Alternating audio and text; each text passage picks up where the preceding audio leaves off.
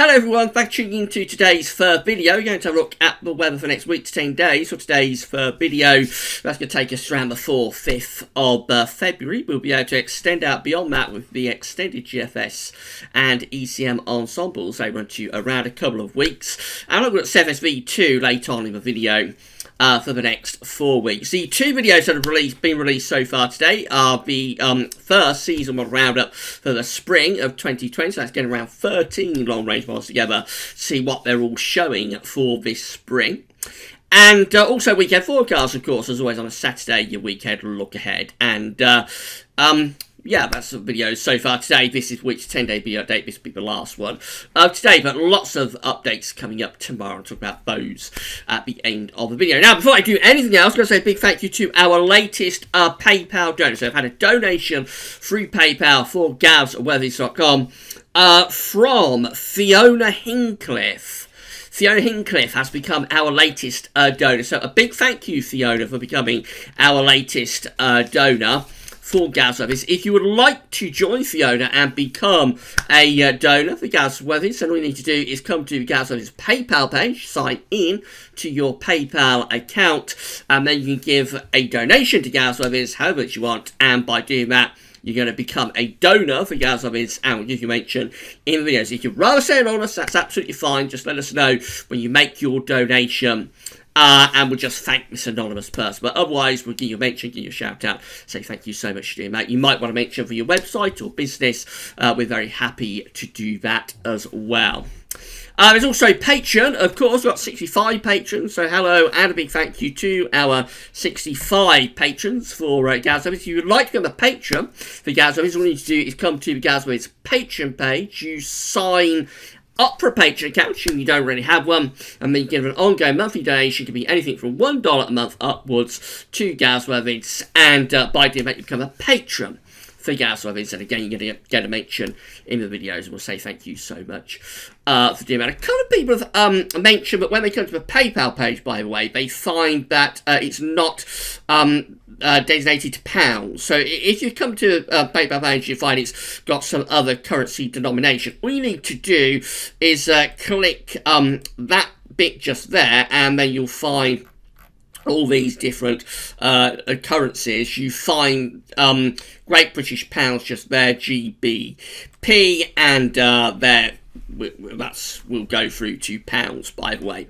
So if anybody's come up against this and they've found that it's set to dollars or euros or something, it's very easy to just change it back to pounds through that little setting just there. So a big thank you to all of our patrons, a big thank you to all of our donors, and a special thank you to latest donor Fiona Hincliffe. Thank you so much for Fiona. Thank you so much, Fiona, for doing that for gavsweathers.com. Thank you so much. Right, so got news about Article 13. So you remember a little while ago, a few months back, probably about a year ago now, actually, it's been some time since we last discussed this, we was a bit concerned on the channel about Article 13, which is the new copyright legislation that was passed around sort of March, April time, I think, last year, by the European Parliament. It's EU legislation, and it's going to have a big effect on copyright. So I was a little bit worried about this when we was talking about it within the videos a year or so ago. There has been a development. So we're at BBC News. This is the BBC website. Article 13 UK will not implement EU copyright law. I won't go through everything that it says, but it begins. Universities and Science Minister Chris Skidmore, MP, has said that the UK will not implement the EU copyright directive after the country, the UK, leaves the European Union. Several companies have criticised the law, which would hold them accountable for not removing copyright content uploaded by users if it is passed. EU member states have until the 7th of July 2021 to implement the new reforms, but the UK will have left the European Union by then. The UK is among 19 nations that has initially supported the law. That was in the final European Council vote in April 2019. So this was passed by the European Union April last year. And of course, they've got this period from April 2019 until, when does it say, June 2021, 7th of June 2021, to implement it in each individual member state. And so it goes on. I won't go through all of the piece, it's a very long piece, but I'll link to it in the description at YouTube if anyone wants to go and have a read of that. So you'll remember what we was primarily concerned about with this was that YouTube was going to have to enforce upload filters, because YouTube is going to, with the Article 13, YouTube and companies like YouTube, such as Facebook, Twitter, and so on, will become legally liable for any content that is uploaded onto their platform.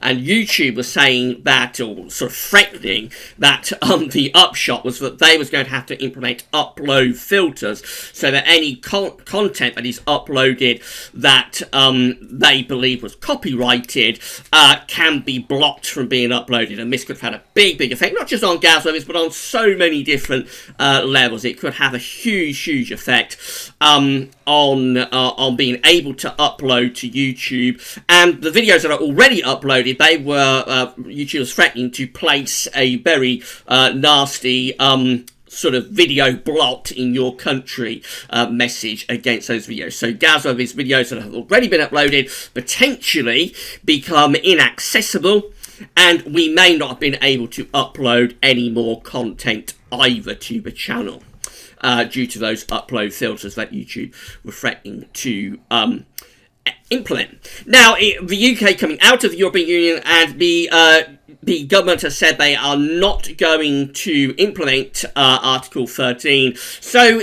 on the face of it, it sounds like it shouldn't be a problem for myself. I'm based in the UK, of course, so this should not become a problem now for the Gas Weatherby's channel. For myself, I should be able to upload without any filters being put in place.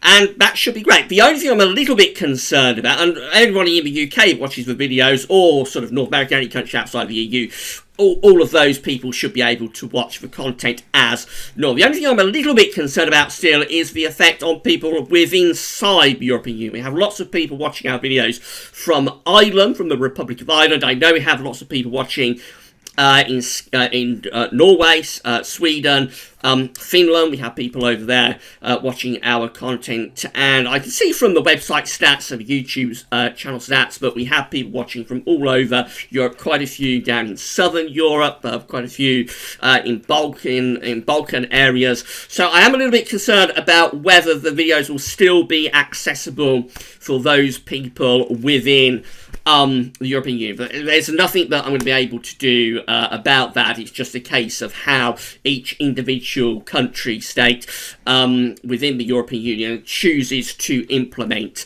this law, and whether for those countries YouTube will put a block on those people being able to watch those videos, and there's nothing that I can do about that. So hopefully the videos will be accessible for everybody wherever they are in the world, will continue to be accessible for everybody wherever they are in the world, as they always have been.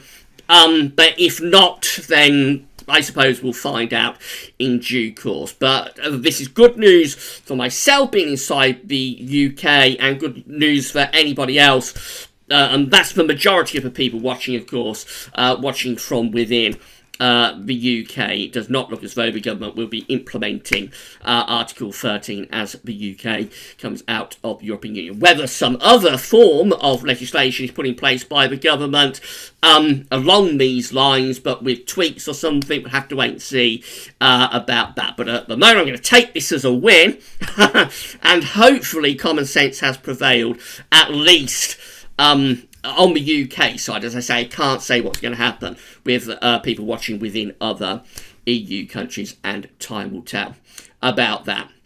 Right, so that's brought you up to date with Article 13. Now let's get on with video. This is obviously going to be rather an extended video, but I did want to bring you up to date about that news. Right then, so centering temperature, we'll begin there, shall we? And we're currently standing at 6.5, which is an anomaly of 2.8 degrees above average. That's provisional to the 24th of January, provisional to yesterday. So we are expecting this to maybe tick down a little bit more. And possibly finish up somewhere around 6 degrees, I would have thought, by the end of month. But still not entirely sure where this is going to finish. Obviously, it's not going to beat the 1916 UK CET record for January, maximum warmest January on record. It's not going to beat that. That was obvious some time ago. I think it's going to be somewhere in the low 6s, but quite where it finishes up, we shall have to wait and see. It's certainly going to be a significantly milder than average January, to say the least. These are the 500 millibar high anomaly flow charts for the next week, 10 days from Penn State University. We've got the ECMWF on the top and the GFS is on the bottom. So 500 millibars is an area in the absolute high pressure and low pressure are being moved around by jet stream, running above red and orange, extrapolate high pressure blue to low pressure. You can see what the ECM is doing through this first week of January, places a big area of above average heights to our south with below average heights to the north and to the northwest. It drags up these southwesterly winds.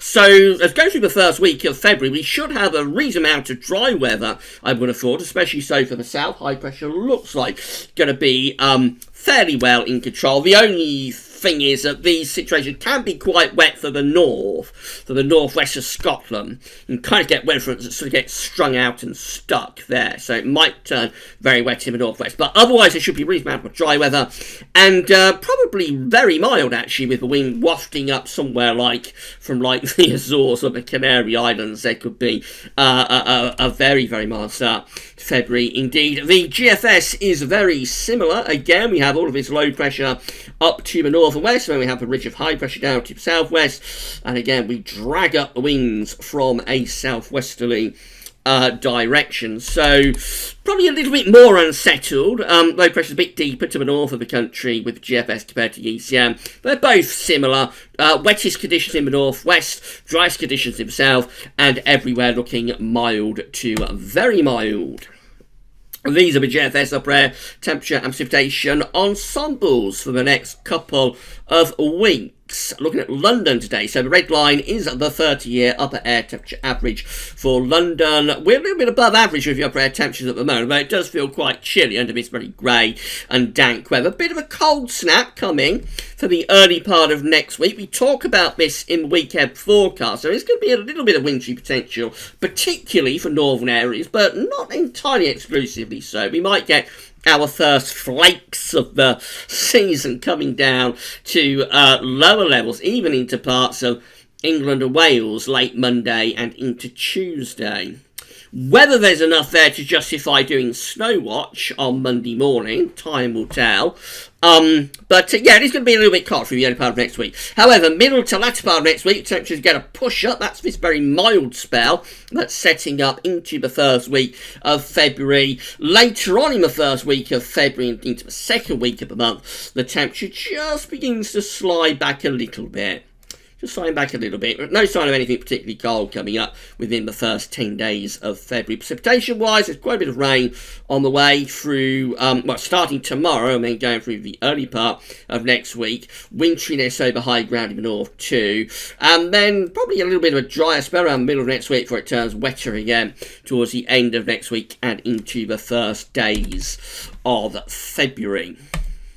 Temperature anomalies from the 25th of January to the 2nd of February are a little bit above average, slightly milder than an average week coming up. And that does include quite a cold couple of days, Monday, Tuesday, Wednesday. So that's starting very mild, of course, and ending very mild too. And so overall we come out with a slightly milder than average temperature anomaly with a colder period from like Monday to Wednesday, offsetting that a bit. Precipitation anomalies near normal from the 25th of January to 2nd of February. It's drier than average at east parts of Scotland and a little bit wetter than average around southern and western coast. Right, let's try and rattle through these charts quickly, man. This is a GFS for Tuesday, bringing a cold, showery west-northwesterly flow on Tuesday. A little bit of wintry potential, particularly in northern areas. Ridge of high pressure builds around Wednesday to Thursday. Some things down, but it will be quite cold. And then into the end of the week and next weekend, turning very mild as those winds pump up from the southwest. Yes, we're going to drag up some really mild temperatures from the Azores into the early part of next week. Quite windy, you'll notice, for the 2nd of February, and probably rain in the north and west in particular. Up to day 10, that's how we're looking. Low pressure begin to swing in from off the Atlantic then, starting to cut off that very mild southwesterly flow. But for a time around the 2nd, 3rd of February, I think because the temperature's pushing up to 14 degrees maybe, that's 57 in Fahrenheit. Later into more extended range of the GFS, we start to bring in these rather cooler, fresher westerly winds, and high pressure begins to build to our south, moving towards the end of this GFS row, which gets us to Monday the 10th of February. Low pressure still coming in from off the Atlantic. Jet streams digging southwards with that low pressure as well. Looks like heights are rising a little bit to the north as well, so maybe it's time to line up jet stream northwest to southeast, possibly going a bit colder through the 2nd week of February. The GEM, again, cold and showery Monday through to Tuesday, that lasting into Wednesday, then a ridge building later Wednesday to Thursday, and then into the end of the coming week, we're pulling up those southwesterly winds, so it becomes much milder, but still quite unsettled at the end of the week and into the weekend. As we head to day 10, that's how we're looking with the GEM. Tuesday before February looks rather showery, a little bit on the cool side as well. And again, you'll notice there's just a suggestion that heights are rising a little bit up here. Certainly not strong enough to pull in any easy winds at this point, but we would need to keep an eye on where this is going as we move further on into February. We haven't seen much in way of high pressure to our north and northeast, to say the least, this winter, but by day 10, there are just a few hints that heights may be starting to rise at last to the northeast of us. ECM looks like that, again rather cold and showery to begin the coming week. Wintry potential, especially so in the north, but not exclusively so. Midweek turns a little bit drier, but will still be quite cold. End of the week we start to pump up those very mild southwesterly winds again. And as we move in towards day 10, that's how we're looking. We saw it on the 500 millibar high anomaly flow chart. High pressure is centred through France and Spain and many southern parts of Europe. That keeps the wind direction broadly from the southwest. We still draw up those very mild southwesterly winds, but you'll notice the ECM is beginning to raise heights a little bit in the North Atlantic, and so if we could roll on any further, we would probably see these low pressures moving in that direction, and would maybe start to introduce some slightly colder air from the north as we get towards the end of the first week of February. But up to day 10, things are looking very mild, you would have to say. This is a precipitation forecast from Meteo.com based on that ECM run. Lots of dry weather today, but a little bit of patchy rain in the northwest. The weather changes excuse me, overnight tonight and into tomorrow as a band of wet weather pushes across the country. Once that gets out of the way, we're left with showers primarily in the west, but they may band together overnight Monday into Tuesday to produce a band of rain, sleet, snow, hail, maybe some rumbles of thunder. Into Wednesday, showers become more confined around western coast areas. You'll notice there is wintry potential with these showers though. As we go into the second half of next week, here comes the rain from the southwest, and that introduces much milder winds from the southwest. And then moving in towards next weekend, looking rather unsettled, some rain around, and it will be very mild next weekend too. Heading up towards day 10, further bands of rain, particularly affecting the north and the west. That's how it looks as we get to day 10. So wet in the north, dry in the south, and probably up to this point still very mild as well. These are the options on the table within the ECM ensembles today for day 10, which is the 4th of Feb. We have 20 members of the ECM ensembles with above average heights over France, below average heights out to the northwest. We're drawing up southwesterly winds with those. That includes the control and the operational run. The operational run is the run we've just been looking at. That's reasonably dry but very mild. 17 with low pressure coming in to the North Atlantic, winds in from the west with bows, and then 14 with high pressure centred to our south, low pressure is up to the north. Again, with these, we're bringing in generally a westerly flow. So up to day 10, all options within the ECM ensembles look mild to very mild. The only question is how settled or unsettled will it be. In 2 weeks' time, these are the options that we've got. This gets us to the 9th of February. Have 12 members of the ECM ensembles taking high pressure to our northwest. And that could be bringing down some quite cold air from the north, or perhaps even slightly northeast. 11 with high pressure to the south. That's bringing in a reasonably mild westerly flow. Another 11 with low pressure to the northwest, high pressure to the south. And again, bringing in a reasonably mild west-southwesterly flow. 9 with high pressure over Scandinavia. That's probably bringing in a little bit more of an easterly. And 8 with high pressure over, more or less over top of the country, so that could be mostly settled and possibly a little bit frosty. So if we go into the second week of February, position of high pressure is going to be critical. We may start to see the chance of something a little bit colder happening.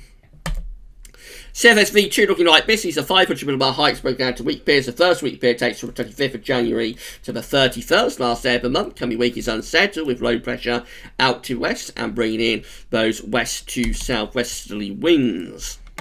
Week 2 is the 1st to the 7th of February with high pressure to the south, low pressure to the north. That's bringing in a mild west or southwesterly once again. Week 3 is the 8th to the 14th of February with above average heights, high pressure to our south, low pressure is out to the northwest. That's unsettled, possibly a little bit colder as the jet stream would be lining up northwest to southeast with that one maybe. And then week 4 is the 15th to the 21st of February, low pressure anchored to the north of Scotland, looks unsettled, maybe a little bit on the cool side as well. Again, winds could be coming out of Greenland, so a little bit on the cold and unsettled side maybe there. In yesterday's video, we looked at what's happening in the stratosphere over North Pole, so we'll just finish off with that. These are the temperatures at 10 HPA over the North Pole currently, and what the GFS is forecasting these temperatures to do over the next couple of weeks. Where we've got these blue colours, that's where we've got those very cold temperatures at 10 HPA. We've had a very, very cold stratosphere this winter at 10 HPA, and that still goes on right now. As we run through, you'll see that a fairly significant warming takes place in around 5 or so days' time across Siberia, that intensifying over Siberia as you get to around the 2nd of February. That's just short of genuine southern stratospheric warming type levels. If it went from orange to red, that would be a sort of southern stratospheric warming type temperature levels over Siberia. And then we go through into the extended range with the GFS run, and you'll see that this warming easts off a little bit, but moves towards Canada and Greenland. So quite a significant warming taking place across Canada and Greenland. But look at this, what's happening as we get to the very end of this GFS run. A secondary warming is appearing over here across Russia. And that secondary warming intensifies further as we get to the very end of the GFS run, gets to the 10th of February. That is pretty much getting towards the southern stratospheric warming, I have to say. It looks like we have split the polar vortex a little bit, although let's see how that works out. So yeah, we do kind of split the polar vortex a little bit just there as that secondary warming takes place. Remember, this is all in the stratosphere, not in the troposphere. This is in the stratosphere at its roots, but this looks like it could be quite significant what is beginning to appear now within the GFS extended range. So we're talking about the first warming happens or begins in around 5 days time, but this secondary warming is very extended range stuff. Nevertheless, this is starting to look quite significant. And we have a look at this chart, which is depicting the zonal winds. I won't go through all the coloured lines here. We talked about this yesterday. So if you want to know more about this chart from whereiscool.com, have a look at yesterday's video. But I want to draw your attention to the coloured lines. We've got 3 pink and 1 blue. This 0 line just here is when we get a reversal of zonal winds, when the zonal winds go into reverse. Essentially, that normally happens after a sudden stratospheric warming. So it looks as though we have at the moment, let's get rid of that blue light, looks as though at the moment we have got 1, 2, and possibly 3 out of 4 members of the CFSV2 that are sending the solar winds into reverse in the middle of February. That could be that CFS is beginning to pick up on the chance of a sun stratospheric warming. If we do intensify this further, where the GFS leaves off on the 10th of February, if we do intensify that warming further, we will probably then start to send the solar winds into reverse as we move into the middle of the month. At the moment, it's still quite a long way off, so don't sort of get too excited and carried away with the idea that we're going to get a sudden stratospheric warming in February. But the GFS is definitely moving quite rapidly now into that direction. Remember, we're talking about the first warming takes place in around 5 days' time, and then that secondary warming kicks off in around sort of 10 days, 10 to 14. So we shall see where that's going, and it will probably become an increasing focal point of the videos over the next few days to see whether we do start to get a genuine sudden stratospheric warming going within the model output. It could well be the storyline of the videos, or one of the storylines of videos next week. Right, that's it for videos for today. Don't forget to check out that seasonal roundup for the spring of 2020. That video will be placed on the spring updates page this evening with a written summary, excuse me, going over everything that we discussed in video. Tomorrow, really busy day coming up. We're going to start off with some spring analogues. We'll have Gazov's study roundup. We've also got a little update for the summer tomorrow as well. That's just for fun, but it should be quite an interesting watch, hopefully. And Ensemble's watch tomorrow evening. So 4 videos for you tomorrow, as well as 2 sort of written summaries as well. Right, that's all for now though, and thanks for watching.